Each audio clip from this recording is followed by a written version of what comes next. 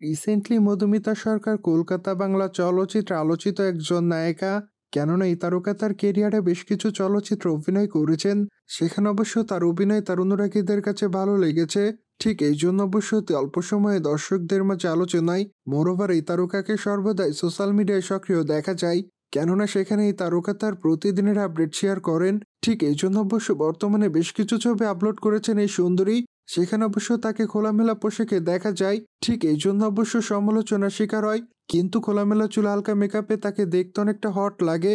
এই জন্য অবশ্য তার রূপের প্রতি ঘায়াল হতে দেখা যায় তার অনুরাগীদের।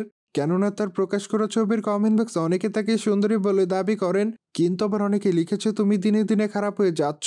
সেই সাথে অনেকে আবার লিখেছে তুমি এই ধরনের ছবি কেন আপলোড করো।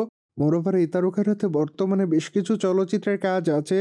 ঠিক এই জন্য অবশ্য মাত্র কয়েকদিন আগে নতুন ওয়েব সিরিজের শুটিং এর কাজ শেষ করেন এই সুন্দরী। সেখানে অবশ্য তাকে সম্পূর্ণ নতুন অবতারে দেখা যাবে বলে জানা যায়।